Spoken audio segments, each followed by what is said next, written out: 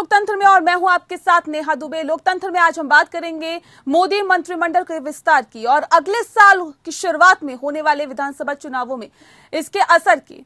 दरअसल नरेंद्र मोदी ने बुधवार को अपनी कैबिनेट का विस्तार पहला किया है। जी हां, ये पहला विस्तार है।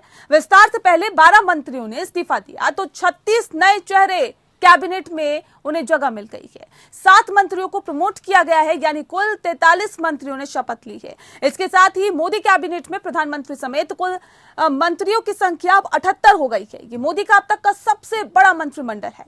नए बनाए गए मंत्रियों में आधे से ज्यादा मंत्री उन 5 राज्यों से हैं जहां अगले साल चुनाव है। रिपोर्ट देखिए। 2014 में जब नरेंद्र मोदी पहली बार सत्ता में आए तो उनकी कैबिनेट में महज 46 मंत्री शामिल हुए थे। तब प्रधानमंत्री नरेंद्र मोदी ने मिनिमम गवर्नमेंट मैक्सिमम गवर्नेंस का नारा दिया था। हालांकि 3 साल बाद ही हालात बदले और उनकी कैबिनेट में मंत्रियों की संख्या बढ़कर 76 हो गई और अब बुधवार को हुए कैबिनेट विस्तार के बाद मोदी मंत्रिमंडल में कुल 78 मंत्री है। अगले साल फरवरी मार्च में 5 राज्यों उत्तर प्रदेश, पंजाब, उत्तराखंड, गोवा और मणिपुर में चुनाव होने हैं। इसके बाद गुजरात में भी चुनाव होंगे। हालांकि कैबिनेट विस्तार में उत्तर प्रदेश पर सबसे ज्यादा फोकस दिखाई दिया है।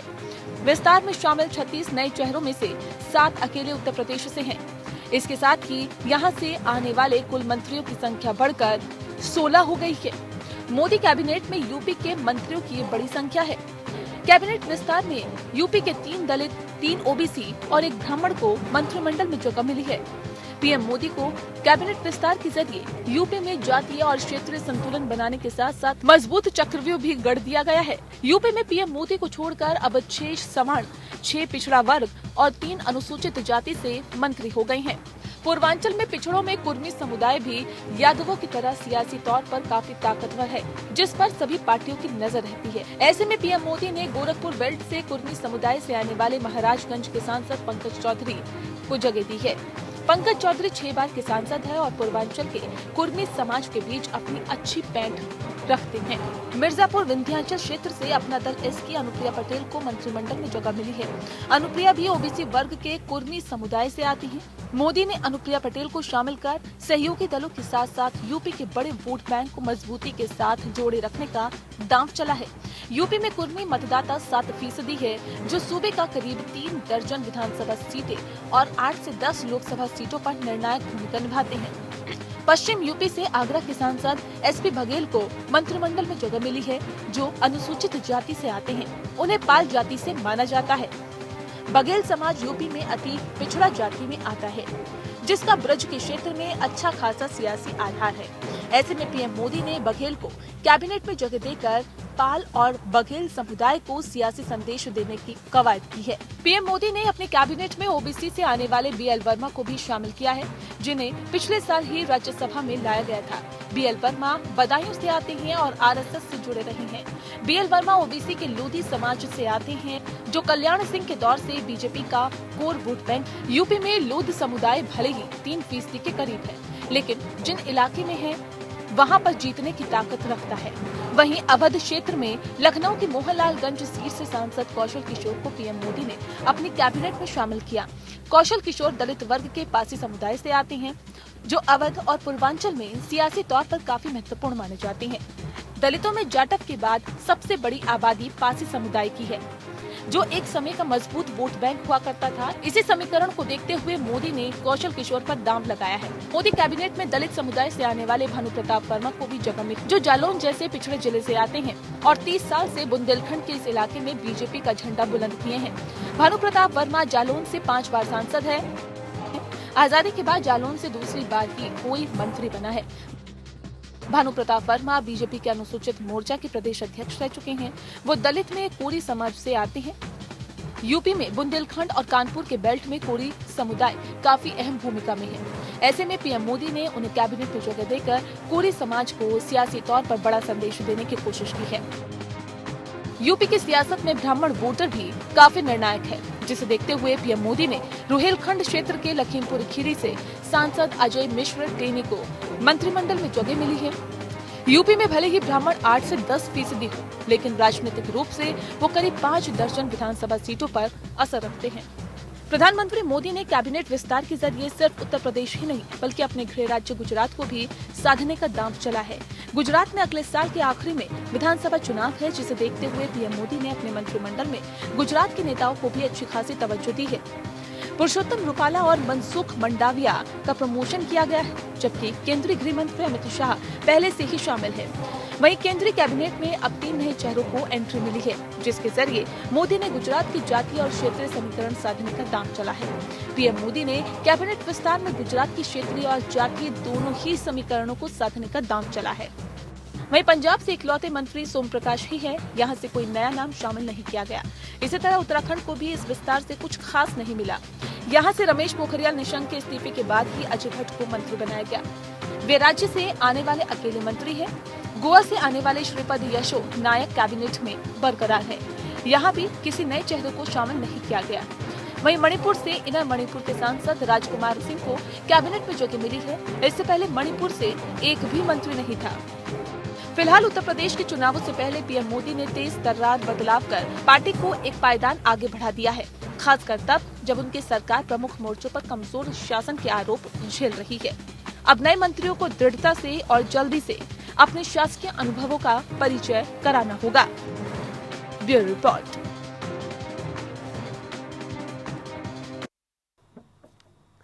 जी हाँ, तो आज मोदी मंत्रिमंडल के विस्तार की बात होगी और अगले साल की शुरुआत में होने वाले विधानसभा चुनावों की भी बात होगी कि आखिर इसका मंत्रिमंडल विस्तार का असर किस तरह से चुनावों में पड़ेगा, क्योंकि नरेंद्र मोदी ने अपना कैबिनेट विस्तार किया है। कुछ चेहरों को प्रमुखता दी गई है, यानी कि प्रमुखता से उन चेहरों को रखा गया है और साथ ही साथ कईयों को, जी हाँ, कईयों की छुट्टी भी कर दी गई है। इनके सियासी समीकरण और सियासी मायने समझने की आज हम कोशिश करेंगे। इस वक्त हमारे साथ एक खास पैनल मौजूद है, उनसे आपका परिचय करा देते हैं। रमन मलिक जी इस वक्त हमारे साथ है, स्पोक पर्सन है बीजेपी के। हमारे साथ अतुल लोंढे पाटिल जी जुड़ गए हैं, जो कि स्पोक पर्सन है कांग्रेस के। आशुतोष वर्मा जी हमारे साथ जुड़ गए हैं, जो कि स्पोक पर्सन है एसपी के, यानी कि सपा के। और संदीप चौधरी जी हमारे साथ जुड़ गए हैं, राजनीतिक विश्लेषक है। आप सभी का बहुत स्वागत है।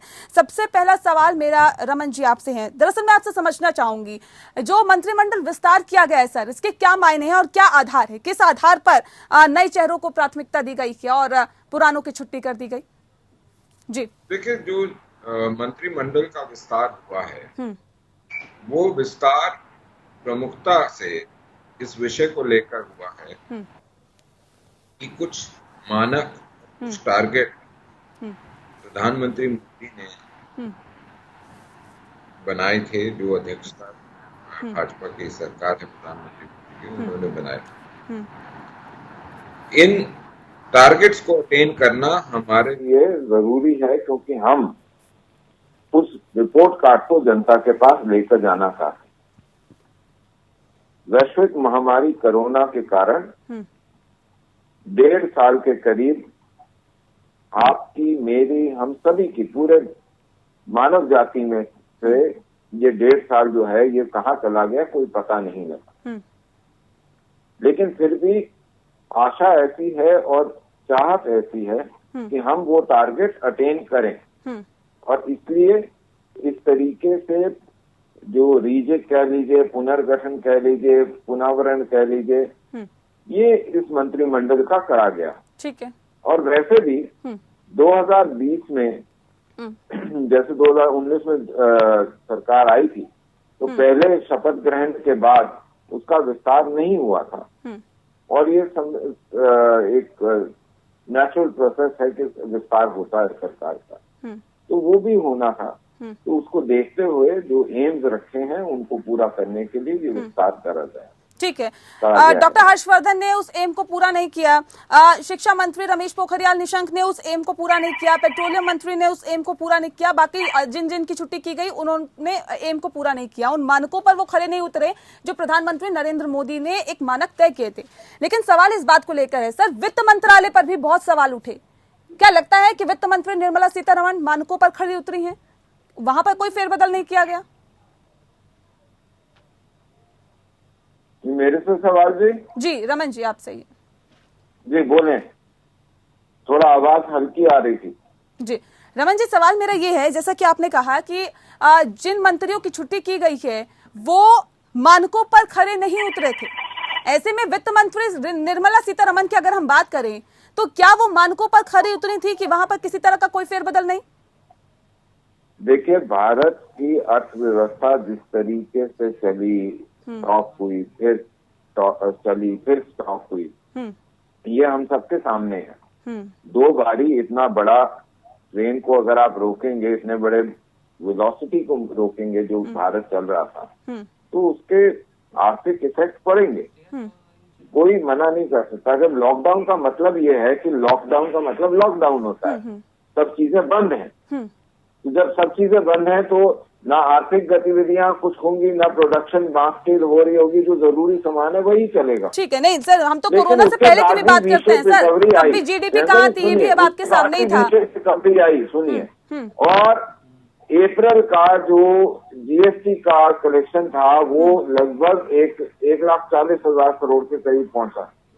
वो अब 98,000 करोड़ के करीब है, जो कि एक पहली बारी 1 लाख के काफी टाइम के बाद इस स्तर पे आया है। लेकिन फिर भी उसको कैसे रीचेक करना है, आपने देखा होगा एमएसएमई को जिस तरीके से अभी एमएसएमई में रिटेल और होलसेल को, बड़े रिटेल और होलसेल को लेकर आए हैं और चीजें कर रहे हैं। तो ये तो एक निरंतर प्रोसेस ये सरकार करती जा रही है, ताकि अभी भी अंदाजन 4.5-5 लाख करोड़ से ऊपर का हमने इस तरीके का एक पैकेज निकाला, जिसकी वजह से ये सारे क्षेत्रों में पैसा जाएगा। तो कहने का अभिप्राय ये है कि हमारे को अपने टारगेट्स याद हैं, डिलीवरेबल याद हैं।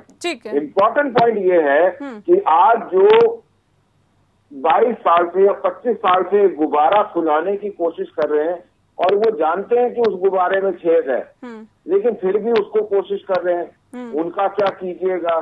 दूसरी चीज जो सबसे बड़ी है कि जी आप कम से कम सारे मिलके एक ऑपोजिशन के हिसाब से कम ये तो सेट कर लीजिए कि आपके डिलीवरेबल क्या है। ठीक है रमन जी, चलिए मैं लौटूंगी आपके पास। के लिए स्टैंडर्ड क्या है? ठीक है रमन जी, मैं लौटूंगी आपके पास। और भी खास मेहमान हमारे साथ मौजूद है, तो जी आपसे मैं जानना चाहूंगी और समझना चाहूंगी, मोदी मंत्रिमंडल का विस्तार हुआ है सर, कैसे देखती है कांग्रेस पार्टी?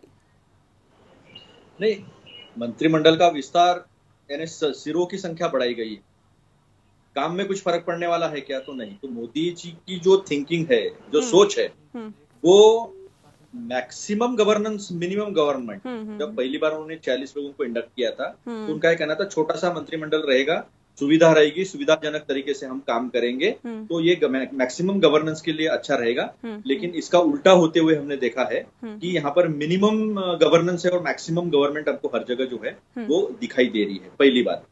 दूसरी बात, जीएसटी फेल्यूर किसका है, डिमोनेटाइजेशन फेल्यूर किसका है? पहले समय जब लॉकडाउन डिसेंट्रलाइज करने की बात राहुल जी ने कही थी, राहुल जी ने ये पेंडेमिक बहुत तकलीफ दे होने वाला है, हमने जो उचित कदम उठाने वो उठाए नहीं है। राहुल जी ने ये बात इन्होंने सुनी नहीं, तो राहुल जी ने अभिजीत बैनर्जी जिनको नोबेल प्राइज मिला है अर्थशास्त्र का, और इकोनॉमिक्स जो बुक उन्होंने हिंदुस्तान के ऊपर ही लिखी है, इकोनॉमिक सिचुएशन के ऊपर, किसी का नहीं सुना उन्होंने। और क्या किया है, तो जो 20 लाख करोड़ का पैकेज और अभी जो 5.5 लाख करोड़ का पैकेज दिया है, वो केवल और केवल कर्जा देने का पैकेज है। अब मुझे एक बात बताइए, इन्होंने जीएसटी की बात बताई, तो मैं जीएसटी की सच्चाई आपको बाद में बताऊंगा, पहले क्या वास्तविकता है वो वास्तविकता से रूबरू करना चाहूंगा। पर्सनल कंजम्पशन कम है। मैं रमन मलिक जी से पूछूंगा, पिछले 5 साल में उन्होंने अपने घर में दशहरे में, धनत्रय चतुर्दशी में कुछ चीजें ली है, कुछ बच्चों को नए कपड़े खरीद पाए हैं। ऐसी परिस्थिति जो है वो सब जगह है। डोमेस्टिक कंजम्पशन जो है वो कम है, ये मैं नहीं कहता, ये आरबीआई की रिपोर्ट कहती है, एसबीआई की रिपोर्ट कहती है। ठीक है, पिछले कुछ सालों में 93 करोड़ लोग जो है वो गरीबी रेखा के नीचे गए हैं। अरुण कुमार जो अर्थशास्त्री, उन्होंने कहा कि ये केवल -23.3% नीचे ही गई है। ये ऑर्गेनाइज सेक्टर की बात कर रहे हैं हम जीडीपी की। अनऑर्गेनाइज सेक्टर अगर पढ़ा जाए तो 50% के नीचे करीब जो है तो जीडीपी स्लम्प हुई है। लेकिन बीजेपी का तो कहना है कि कोरोना काल है जी, कोरोना काल है ना सर। सिर्फ हमको नहीं है, ये ऐसा है कि कोरोना शुरू होने से पहले ही 45 साल की सबसे बड़ी बेरोजगारी से हम जूझ रहे थे। कोरोना काल शुरू होने के पहले हमारी जीडीपी स्लम्प हो गई थी। तो कोरोना काल, सुनिए मेरी बात नहीं, आज उनको पूरा वक्त दिया, मुझे भी वक्त दीजिए, ये इतनी छोटी बात नहीं है, ये इतनी छोटी बात नहीं है। सोशल मीडिया पे जो बातें चल रही है ना, आम आदमी की समझ को आप समझिए कि खराबी इंजन में है और डिब्बे बदले जा रहे हैं। इस देश में नरेंद्र मोदी जी की सरकार जो है वो एक खंबे पे तंबू पूरा बंधा हुआ है। किसी मंत्री को कोई काम नहीं है। 76 आईएएस ऑफिसर हर चीज जो पीएमओ ऑफिस से जाती है, चाहे वो पीएसए की क्यों ना हो, ऑक्सीजन प्लांट, हर चीज पीएमओ ऑफिस में डिसाइड होती है। ठीक है सर, ठीक एक है, मिनट, ठीक है सर, एक मिनट, और भी सर मेरे पास मेहमान है, उनको भी वक्त देना है, धीरे धीरे। हाँ बस 10 सेकंड। बिल्कुल बिल्कुल, जल्दी से बात देश के पूरी प्रधानमंत्री डवोस में वर्ल्ड इकोनॉमिक फोरम पे 29 जनवरी को कहते हैं कि हमने कोविड पे विजय हासिल कर रही है और दुनिया हमसे सबक ले रही है। 7 मार्च को इस देश के स्वास्थ्य मंत्री तब के, आज तो नहीं रहे, हर्षवर्धन जी, उन्होंने कहा हमने कोविड पे विजय हासिल कर ली है।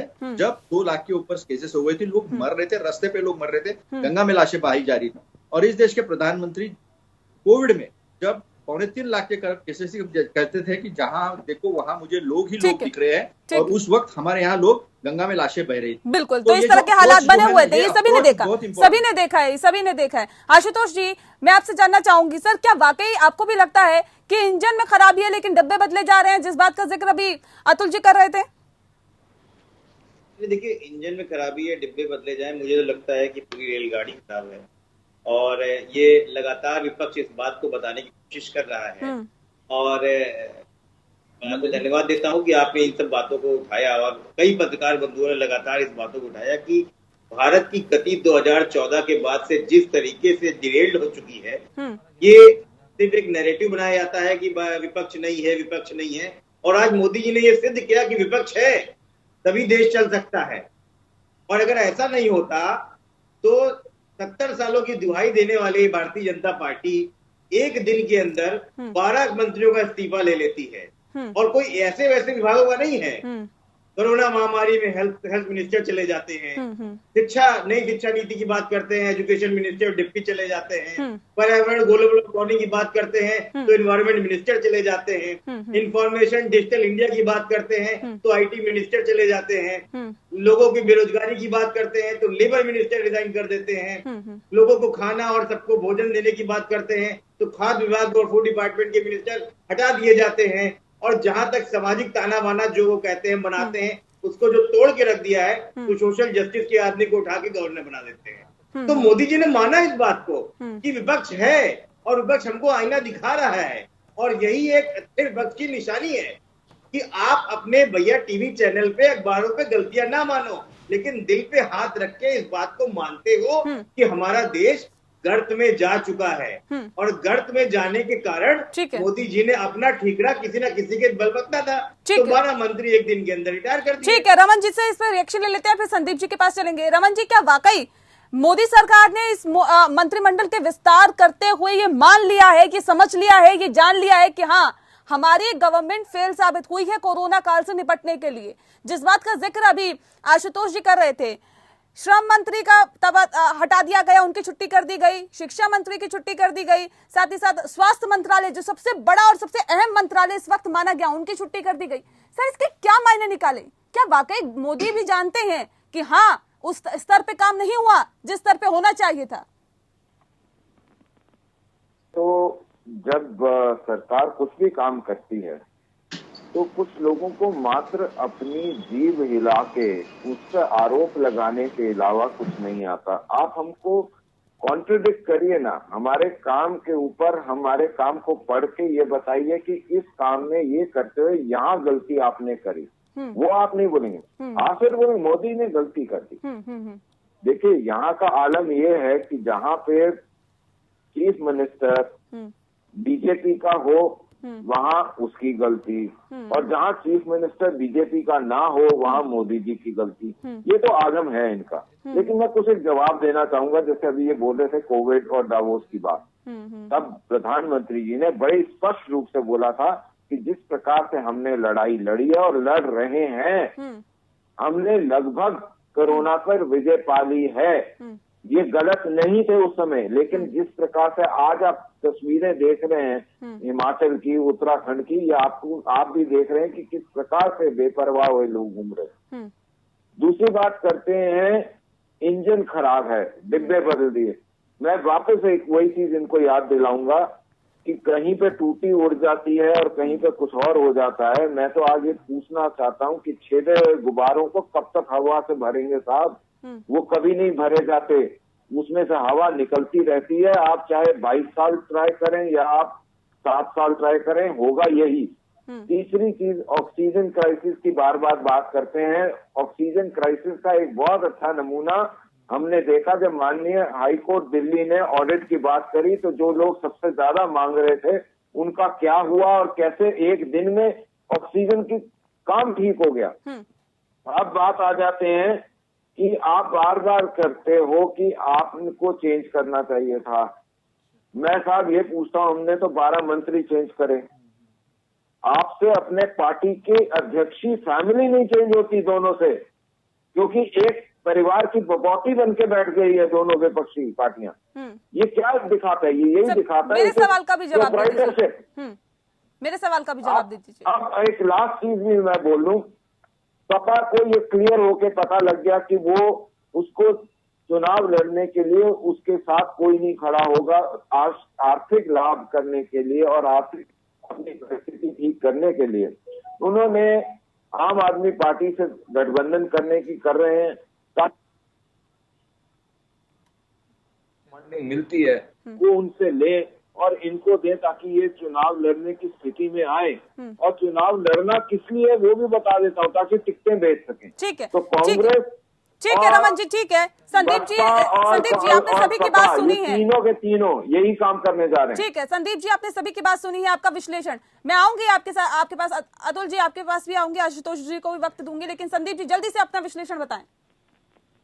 देखिए निया जी, मैं आपको बता दूं, जिस तरीके से मैं सभी की बात सुन रहा था, एक्चुअली जिस तरीके से ये मोदी जी के कैबिनेट मिनिस्ट्री में जो बदलाव किया गया है, आप इसको समझिए कि पूरा मंत्रिमंडल एक तरीके से नया कर दिया है उन 2-4 लोगों को छोड़कर जो मोदी जी के नियर डियर में काउंट होते हैं। और इसका बहुत बड़ा एक रीजन है, मोदी जी ने देश से एक वादा किया था कि महंगाई को रोक दिया जाएगा, लेकिन आज महंगाई चरम पर है। मोदी जी ने देश से वादा किया था कि हमारी अर्थव्यवस्था मजबूत होगी, लेकिन हमारी अर्थव्यवस्था धड़ाम से गिर चुकी है। मोदी जी ने वादा किया था डीजल पेट्रोल के दाम कम होंगे, लेकिन वो 100 को पार कर चुके हैं। मोदी जी ने देश से वादा किया था कि 100 सिटी हम सिटी बसा देंगे, नए स्मार्ट सिटी, वो एक दिन नहीं बसा है। मोदी जी ने देश से वादा किया था तो किसानों की जो आय है वो हम 2 गुना कर देंगे, किसानों की कम हो चुकी है।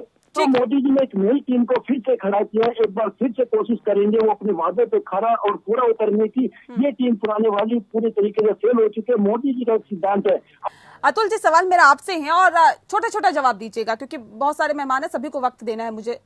तो सवाल ये है कि ये भी कहीं ना कहीं आरोप लग रहे हैं कि ये जो मंत्रिमंडल विस्तार जो हुआ है, जो प्रधानमंत्री नरेंद्र मोदी ने अपना मंत्रिमंडल विस्तार किया, उसके अंदर आने वाले विधानसभा चुनाव जहां जहां पर जिन जिन राज्यों में है, उनकी भी कहीं ना कहीं तवज्जो उन नेताओं को मिली है जो उस राज्य से बिलोंग करते हैं, उस राज्य से सांसद हैं।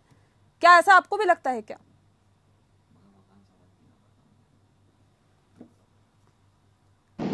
अतुल जी, अतुल जी आवाज मिल पा रही है? डॉक्टर आशुतोष, आपको आवाज मिल पा रही है? जी हाँ, मुझे आवाज आ रही है। क्या वाकई आपको लगता है कि जहां जहां पर चुनाव है उन राज्यों को ज्यादा तरजीह दी गई है? एग्जाम्पल के तौर पर अगर हम उत्तर प्रदेश की ही बात करें। नहीं, देखिए, ये मुझे लगता है कि किसी भी पार्टी जो सत्ता में रहती है इस बात को देखती है और ये उस पार्टी का प्रेरोगेटिव भी है कि अगर वो पूर्ण बहुमत में है तो अपने हिसाब से चुनाव के हिसाब से अपने लोगों को रखेंगे। क्योंकि 2 साल की सरकार हो गई तब उत्तर प्रदेश को इतनी अहमियत नहीं मिली थी, आज अचानक इतनी अहमियत क्यों गई है? उस पे भारतीय जनता पार्टी ने अपनी जातियों को समीकरण लगाने की कोशिश करी है। परेशानी ये नहीं कि भारतीय जनता पार्टी लोकहित के कार्य नहीं करके और 24 घंटे राजनीति करती है, ये तो पूरा देश जानता है। चाहे हिंदुस्तान में लाशें बिछ जाएं, चिताएं जल जाएं, उसके उसके मिनिस्टर्स को अपनी गद्दी मिलनी चाहिए और सत्ता मिलनी चाहिए। पिछले 30 जून से लेके 1 जुलाई तक लगभग 50% कोरोना वैक्सीनेशन डिप हो गया है, लेकिन मोदी कैबिनेट में एक्सपेंशन हो रहा है। ये एक दुख की बात है। और हम जो कह रहे हैं कि लगातार भारतीय जनता पार्टी और उनके प्रवक्ताओं के साथ ये परेशानियां हैं कि वो इस बात को एक्सप्लेन भी नहीं कर पा रहे हैं कि ये जातिगत समीकरण था या ये इनको पनिशमेंट मिली है या किसी को रिवॉर्ड मिला है। लेकिन इसमें भी कुछ चीजों को बहुत ध्यान में रखा गया है। जैसे कि सब लोग जानते हैं कि भारतीय जनता पार्टी इस बात को भी मानती है कि पूरी देश की अर्थव्यवस्था गर्त में गई है।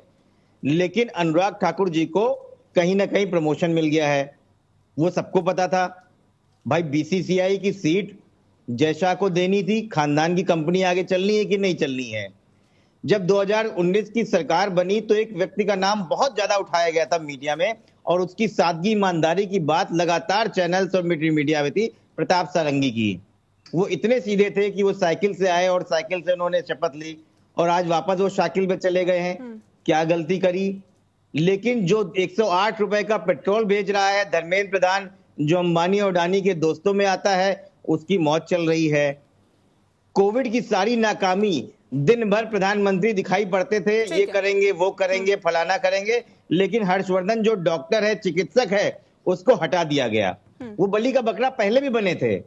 2014 में जब ये आए थे तब ड्रग प्राइस कंट्रोल का सबसे बड़ा, और मैं उसकी तारीफ करता हूं, उन्होंने वो एक्ट लेके आए, लेकिन क्योंकि उद्योगपति और जितने भी बड़े बड़े इंडस्ट्रीज थे उनकी बहुत बड़ी चपत लग गई, तो उनको हटा दिया गया। ठीक है, क्योंकि रमन जी से इस पे रिएक्शन ले लेते हैं। नई शिक्षा नीति लेके आए और देश को बदलने जा रहे थे, और 7 साल के अंदर 4 शिक्षा मंत्री।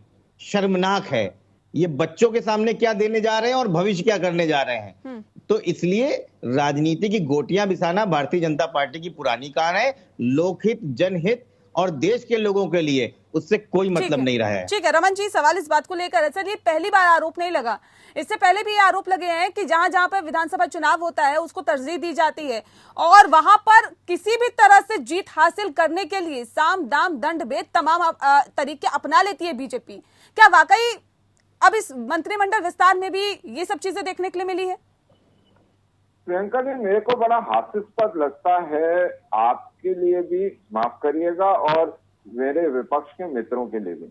जिस देश की प्रथा ये थी कि अगर रेल मंत्री बिहार से आ रहा है या कहीं यूपी से आ रहे हैं या कहीं और से आ रहे हैं या कर्नाटक से आ रहे हैं, जिस भी प्रांत से आ रहा है, वो हर रेल बजट के अंदर जब तक वो रेल मंत्री है वो तब तक वहां पे ही स्पेशल ट्रेनें, स्पेशल चीजें देता रहेगा। जहां ये प्रथा थी कि एक परिवार ही सब कुछ, और समाजवाद का इतना अच्छा उदाहरण बताता हूं कि 8 लाख की साइकिल भी चलाता है समाजवाद, और करोड़ों रुपए की लंबोर्गिनी भी चलाता है समाजवाद, लेकिन समाजवाद कहाँ है ये नहीं पता।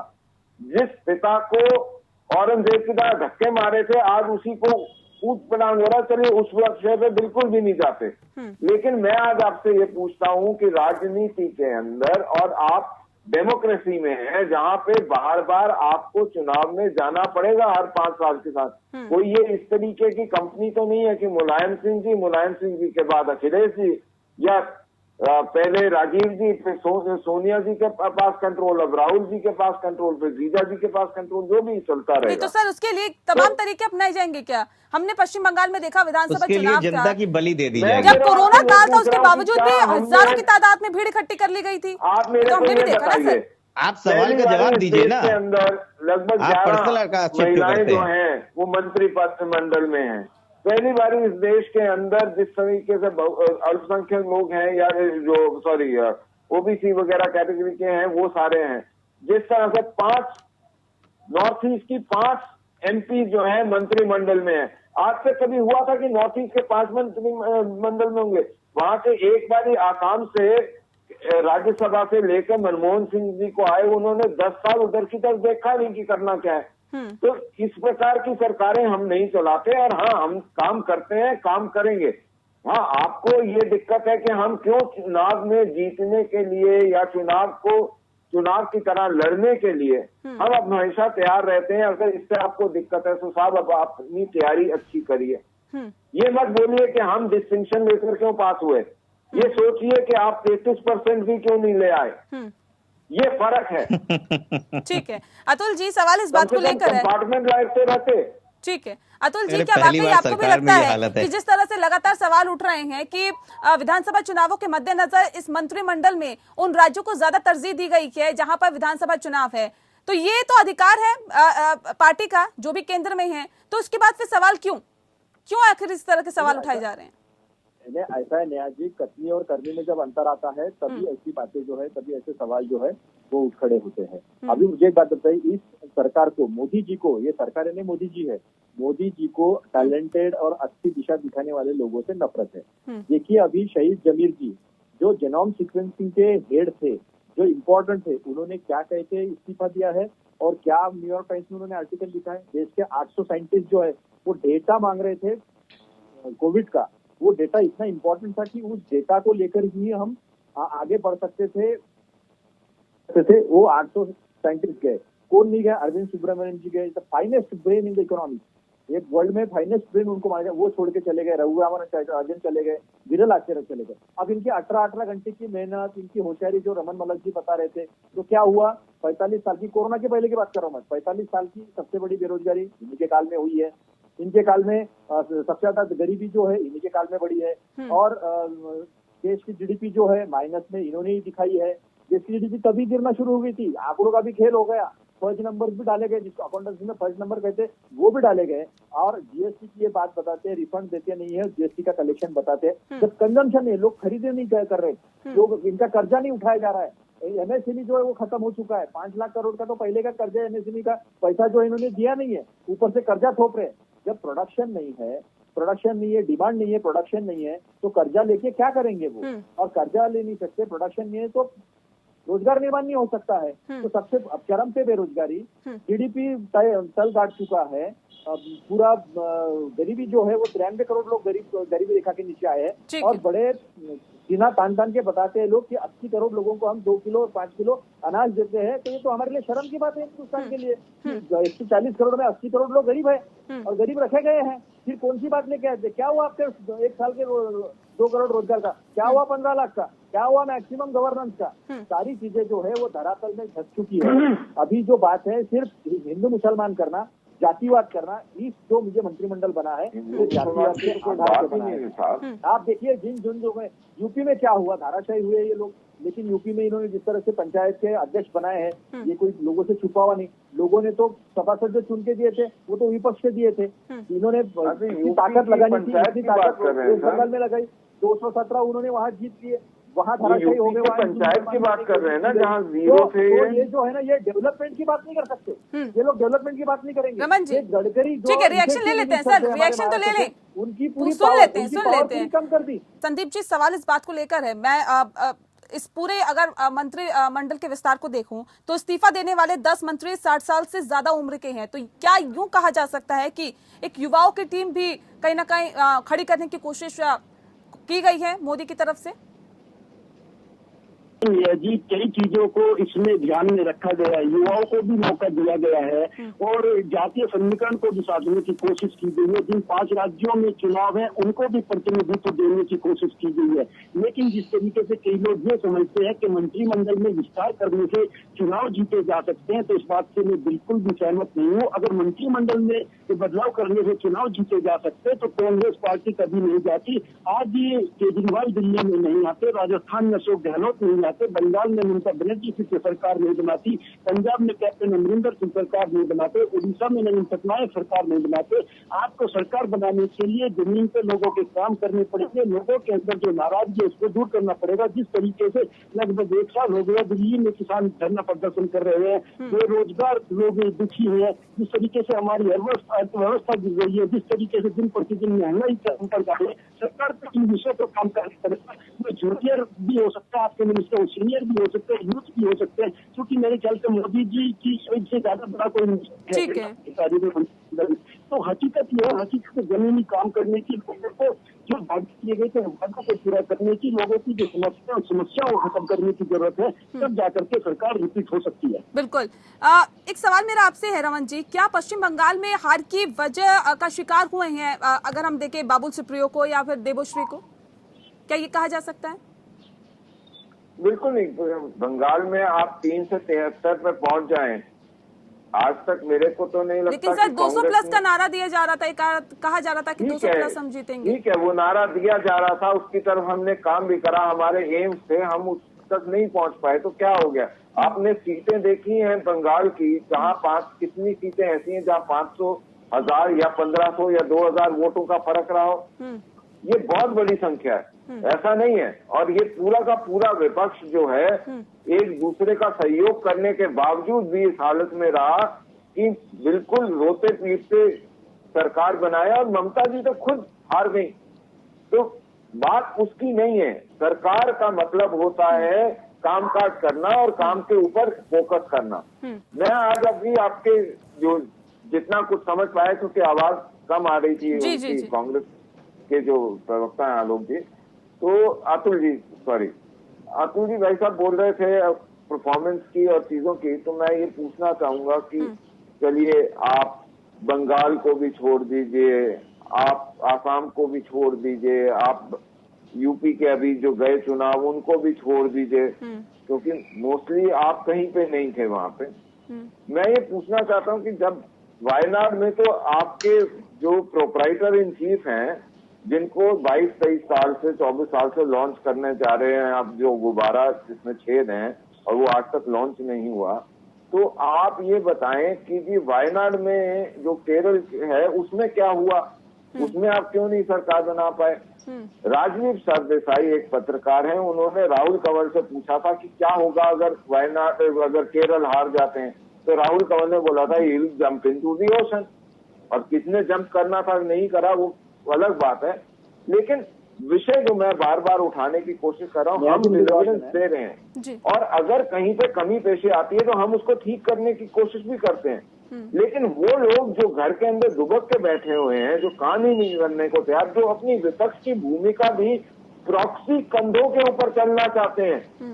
आप ये सोचिए कि ये पूरा किसान आंदोलन सिर्फ इसलिए खड़ा करा हुआ है कि अपने आप काम ना करना पड़े, किसी और के कंधे पे चल पड़े।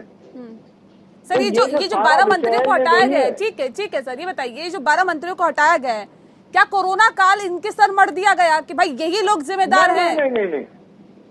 देखिए, हर कार्यकर्ता का हर समय मंत्री बना रहना हो ये सुनिश्चित नहीं है। यहाँ नेता का दल नहीं है, प्लीज समझिए, ये नेता का दल नहीं है, इस दल के नेता हैं। ठीक है अतुल जी, क्या ये कहा जाए कि एक एक बार करके सबकी बारी आ रही है मोदी मंत्रिमंडल में? क्या ये कहा जाए? इसको देखते हुए रविशंकर प्रसाद को हटा दिया जाता है, निशंक को हटा दिया जाता है, हर्षवर्धन को हटा दिया जाता है, कई ऐसे मंत्रियों को हटा दिया जाता है। पेट्रोल के रेट देख लेते हैं हम, तो शिक्षा के क्षेत्र में देख लेते हैं, 1.5 साल से बच्चे जो है वो ऑनलाइन क्लास कर रहे हैं, उनके लिए किस तरह के खास इंतजाम किए गए? यानी कि शिक्षा मंत्री ने भी कुछ खास नहीं किया। स्वास्थ्य व्यवस्था हमने देख ली, कोरोना काल ने पूरी तरह से स्पष्ट कर दिया कि किस तरह से स्वास्थ्य व्यवस्था है, ये भी हमने देख ली सर। तो मतलब ये जो 12 मंत्री थे जिनको हटाया गया, जिनकी छुट्टी की गई, ये तो पूरी तरह से विफल थे, लेकिन जो टॉप पे बैठे हुए हैं क्या वो सफल है क्या सर? आपका आंकलन व्यक्तिगत आंकलन हो सकता है, क्या ये मेरा व्यक्तिगत आंकलन है क्या अतुल जी?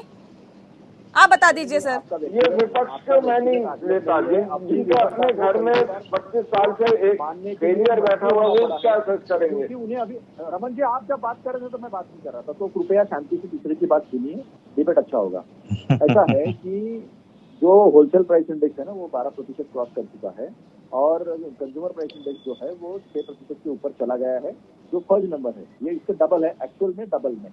अभी ऐसा है, मैंने पहले ही कहा था कि इंजन की खराबी है, डिब्बों को दोष दिया जा रहा है, तो इंजन की खराबी आने ही आशुतोष जी पूरा रेलवे खराब है। अभी बात ये है कि सारी चीजें चुनाव से जोड़ते तो मैं इनको सच्चाई से आगाह करा दूं। हम राहुल जी के नेतृत्व में राजस्थान, पंजाब, मध्य प्रदेश, कर्नाटक, छत्तीसगढ़ पूरी तरह से जीते थे। इन्होंने क्या किया पूरे देश में देखा है। गोवा हमारा था, मणिपुर हमारा था, सारे अरुणाचल हमारा था, सारे इन्होंने वहां पर क्या खेल किए हैं ये सारा देखा है। मीडिया में और सोशल मीडिया को अपने हाथ में लेकर किसी को विफल कर देने से कोई विफल नहीं होता। राहुल जी ने आपको कई जगह हराया है। सर आप जीत लेते ना, महाराष्ट्र में केवल अहंकार की वजह से आपकी सरकार गई है, महाराष्ट्र में केवल अहंकार की वजह से। और नागपुर की बात बताता रहा हूँ मैं आपको, आपका जो हेडक्वार्टर है ना, आपका जो आपकी वैचारिक आपकी मातृ संस्था, हम लोग तो बोल देते हो आप तो ये हमारी पारिवारिक बात है, लेकिन आपके यहाँ भी पारिवारिक बात बहुत कच्चे है, जो आरएसएस से जुड़ा है, कुछ तो पैसा करते नहीं है, पता नहीं कैसे क्या चलाते हैं। तो वहां से आया हुआ आदमी ही बीजेपी में बड़ा स्थान पाता है। हाँ, तो पार्टी का परिवार है, तो परिवार की पार्टी नहीं है। अभी देवेंद्र फडणवीस से लेके हर कोई है ना। अरे देखो, पार्टी का परिवार होना और परिवार की पार्टी होना दोनों बहुत बड़ी चीजें हैं। शायद आपको फर्क समझ में नहीं आए। आप इसमें न कोई बोलिए, बात आप सुनिए, अपनी विफलता सुनने की हिम्मत रखनी चाहिए। हम लोकतंत्र में बिल्कुल साथ साथ आपको जवाब दे रहा हूँ बड़े भाई। तो क्या मोदी जी को किस बात का हम बधाई दें? जीएसटी में पूरा एमएसएमई खत्म कर, मेरे को एक चीज बताओ ना, आप जिस बात से बात कर रहे हो ना, उसी बात का आपको जवाब दे रहा था कि यहाँ पे पार्टी का परिवार है, बिल्कुल परिवारवाद है, लेकिन आपके यहाँ तो परिवार की पार्टी है, तो वो परिवारवाद और ये परिवारवाद में कितना फर्क है? ठीक है, 18 रुपए कर दिया है। ठीक है डॉक्टर आशुतोष, मैं आपसे जानना चाहूंगी सर, मुझे ये बताइए कि क्या वाकई लगता है आपको कि इस मंत्रिमंडल का आने वाले चुनावों पे कोई असर पड़ेगा, या फिर अगर विकास नहीं होगा तो कोई असर नहीं पड़ने वाला? क्या लगता है आपको? देखिए, भारतीय जनता पार्टी चुनाव मोड में रहती है, ये उसका प्रेरोगेटिव है, इस बात है, लेकिन इसका मतलब ये नहीं कि भारतीय जनता पार्टी भारतीयों के लोगों के अपनी जगह बना पाई है। अगर इस तरीके से होते तो पंचायत चुनाव जो कि लोगों ने चुने हैं पंचायत सदस्य, ये पिछले 45 साल में पहली बार उत्तर प्रदेश में हुआ है कि सिटिंग गवर्नमेंट 25% से ज्यादा पंचायत सदस्य जिता पा गई है। अध्यक्ष कैसे जिताते हैं वो आपको सबको पता है। अभी मैं सुन रहा था रमन मलिक जी कह रहे थे कि पहली बार ऐसा हुआ है इस कैबिनेट में नॉर्थ ईस्ट के 4-4, 5-5 हैं। तो रमन जी, पिछले अगले 18 महीने में मणिपुर, मिजोरम, नागालैंड, मेघालय में चुनाव होने वाले हैं, जैसा कि आपने भी कहा। और भारतीय जनता पार्टी में भी एक डिबेट में था, वहां पे कांग्रेस के प्रवक्ता ने बड़ी अच्छी बात कही कि 2/3 भारतीय जनता पार्टी के जितने भी मिनिस्टर हैं वो पुराने कांग्रेसी हैं। और वो इनके अंदर ये होता है कि जितने भी गद्दार टाइप के लोग होते हैं या दोगले टाइप के होते हैं उनको पुरस्कृत कर दिया जाता है। आप देख लीजिए, आज 3 चीफ मिनिस्टर है। आशुतोष जी, अपनी बात पूरी करिए आप। तो मैं वही कह रहा था कि भारतीय जनता पार्टी की कोई विचारधारा तो होती नहीं है, तो किसी पार्टी को तोड़ के या किसी सरकार को गिरा के आ जाओ और हमारे वहां आप मुख्यमंत्री बन जाओ या हमारे वहां राज्यसभा से MP बन जाओ। आप देखिए ज्योतिरादित्य सिंधिया ने क्या किया, मध्य प्रदेश की सरकार गिरा दी। सर्बानंद सोनोवाल ने क्या किया, आसाम में गिरा के फिर बनाई। नारायण राणे ने क्या किया। तो ये सब यहाँ पुरस्कृत हो गए हैं, ये उनको देना है। इससे भारतीय जनता पार्टी का कोर लीडर जो बहुत पुराने विचारे हैं वो साइडवाइज तो हो ही गए हैं। तो जनता में मैसेज तो है ही है। आजकल के समय में जनता बहुत अच्छी तरीके से है।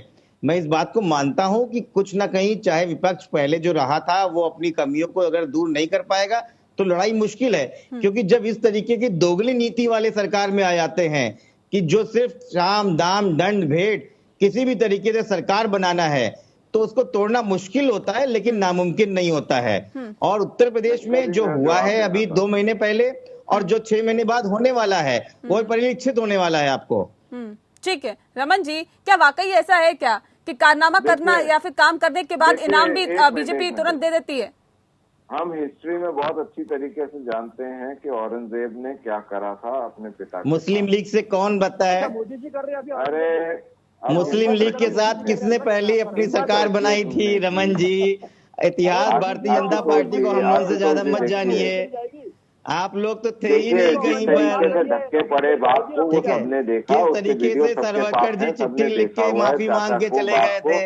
आप इतिहास में मत जाइए रमन जी, अभी आपको इतिहास नहीं पता है, लेकिन इतना जरूर अभी आपको इतना नहीं पता चलेगा भारतीय जनता पार्टी के अरे बारे में। सुनिए ना मान्यवर, आप अभी सुनिए।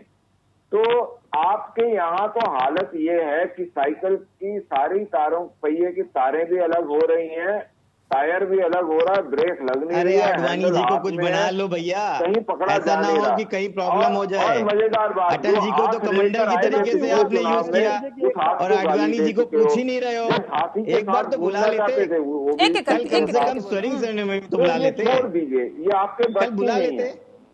अच्छा, कल गडकरी जी क्यों नहीं थे रमन जी? मन लेकर, बड़ा मन लेकर जब कार्यकर्ताओं को पूछ मिलेगी दलों के अंदर, नेताओं के दल हट के दल के नेता बनेंगे तो आपको भी बहुत क्लैरिटी आएगी। अभी आपके पास क्लैरिटी नहीं है कि डेमोक्रेसी होती है। ये सच्चाई है। कांग्रेस मुक्त भारत करते करते खुद ही मुक्त हुए जा रहे हैं। करते बीजेपी मुक्त भारत हो चुका है। तो सर आप ये बता दो ना कि आपके जो मंत्रिमंडल के बाहर मिलान वाले बाबा हैं वो 4-4 दिन लोगों से मिलते नहीं। अभी शिबू सोरेन के बेटे जो झारखंड के मुख्यमंत्री हैं वो 4 दिन इंतजार करके चले गए। अपनी राहुल पार्टी जी में नहीं देखिए मिले। भाई, आप बोलते कौन हो, कहाँ आप मिलता है, बोलते आपको बता के थोड़ी जाएगा कि आप क्या बीजेपी कर के रहे हो प्रवक्ता को पंजाब बता के में? मिलेगा जाके। पंजाब की बात छोड़िए, हरियाणा में आ जाइए, हरियाणा में क्या हो रहा है? ठीक है सर। बाबा जी से क्यों नहीं मिल सकता है? आप कहाँ रमन जी, हैं? रमन आप जी, ही नहीं मिल पाओगे इस बाबा जी से। मंत्रिमंडल विस्तार के बाद हम क्या उम्मीद लगाएं, किस तरह के बदलाव होंगे? एक साफ सुथरा बदलाव, या जिसकी तरफ आपको इशारा है या जो आप सुनना चाहती हैं, मैं उतना बता देता हूँ कि यहाँ पे सिर्फ वो जो एम है, चाहे वो 5 ट्रिलियन इकोनॉमी का एम है या और बाकी जो लक्ष्य रखे नेगेटिव हुए है थे, GDP। इन सभी को पूरा करने का 200% नेहा का जी, यही एफर्ट मोदी जी रहेगा, सिंधुदुर्ग में क्योंकि गए थे 1.5 और साल निकल गया है। यही बड़बोलेपन की हालात है, देश इस समय बड़ा बुरी हालत में आ गया है। परेशानी रहेगी उसको पूरा करने, क्योंकि एक्सपांड टाइम होता है, लेकिन फिर भी इस सरकार रमन का जी, पूरा हरियाणा फोकस सरकार आजकल बीपीएल में तेल भी नहीं दे पा रही है। रहेगा। ठीक है, आपको पता है, भैया इतनी मेहनत ना हरियाणा करिए सरकार कि बीपीएल जो वालों को 5 तेल ट्रिलियन भी नहीं दे पा रही आज है। भूपेंद्र हरियाणा सोरेन सरकार की बात कर रहा हूँ, एक एक आपको एक बताना एक चाहिए। करके, एक एक करके बोलिए, एक एक करके। सुप्रीम कोर्ट ने नेहा जी, ठीक है, हरियाणा रमन जी, सरकार रमन जी ने पहले अपनी बात पूरी कर लीजिए जल्दी से। सरकार की। ठीक है, रमन जी जल्दी से बात पूरी करिए। मैं ये बोल रहा हूँ, ये अभी बोल रहे थे, तो ये कम से कम ये तो देख लें कि इनके यहाँ क्या हो रहा है। आज भी जो अरे अपना अभी बताइए, हमारे रफाल वहाँ की बात बताइए। जब करने दोबारा सुनने अपना वाला मत शुरू हुए, बताइए। तो वो निकला कि अरे 2013 जिनके और घर 14 शीशे में के होते हैं, वो सिंगापुर की दूसरे कंपनी पत्थर नहीं को जो फेंकते पैसे हैं। दिए थे, उसकी जांच हो रही है।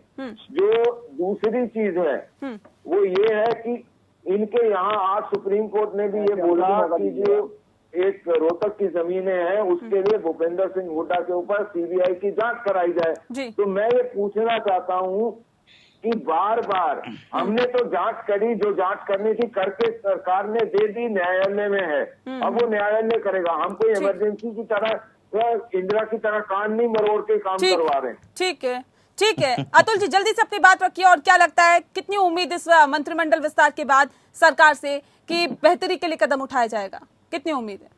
1 से 77 तक नरेंद्र मोदी है, 146 तक, 1 से 46 तक पहले भी नरेंद्र मोदी थे।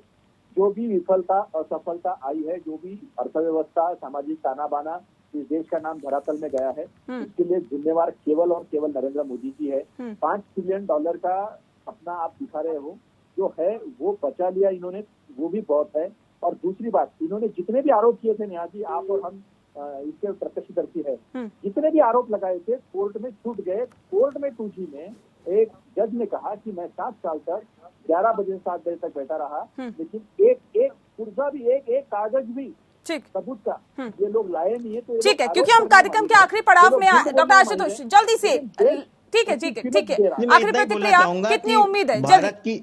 भारत की स्थिति इससे नापी जा सकती है, जहां से रमन मलिक जी रहते हैं। हरियाणा सरकार ने 26 जून को बोला कि हमारे पास बीपीएल लोगों के और बच्चों को मिड डे मील में देने के लिए सरसों का तेल नहीं है, बहुत महंगा हो गया है, इसलिए वो बंद किया जाएगा। तो भारत की स्थिति देख लीजिए कि तेरी वाणी और कर्म में बहुत बड़ा फर्क है, इसीलिए भारत का बेड़ा गर्क है। तो किसानों को ज्यादा मिल रहा है पैसा, तो उसमें क्या करें हम? 12.5 लाख ओपन मार्केट में किसानों को सरसों के तेल के पैसा ज्यादा मिल रहा है, तो क्या उनसे उनका अधिकार? तो बच्चों को भूखों मार दो, सहयोगी की तरह बच्चों को भूखे मार दो ना, चेक दें, बच्चों के भूखे मार दो। चलिए, बहुत शुक्रिया आप सभी मेहमानों का हमारे साथ इस खास चर्चा में शामिल होने के लिए। तो मंत्रिमंडल विस्तार हुआ है, कई नए चेहरों को मौका दिया गया, कई का प्रमोशन हुआ तो कई की छुट्टी भी हो गई, और ऐसे में अब सवाल ये है कि कितनी उम्मीद अब इस गवर्नमेंट से लगाई जाए, और क्या वाकई ऐसा लगता है कि इस मंत्रिमंडल विस्तार के साथ, इस नए चेहरों के साथ जब काम होगा तो बेहतरी के लिए कदम उठाया जाएगा। लोकतंत्र में इतना ही, नमस्कार।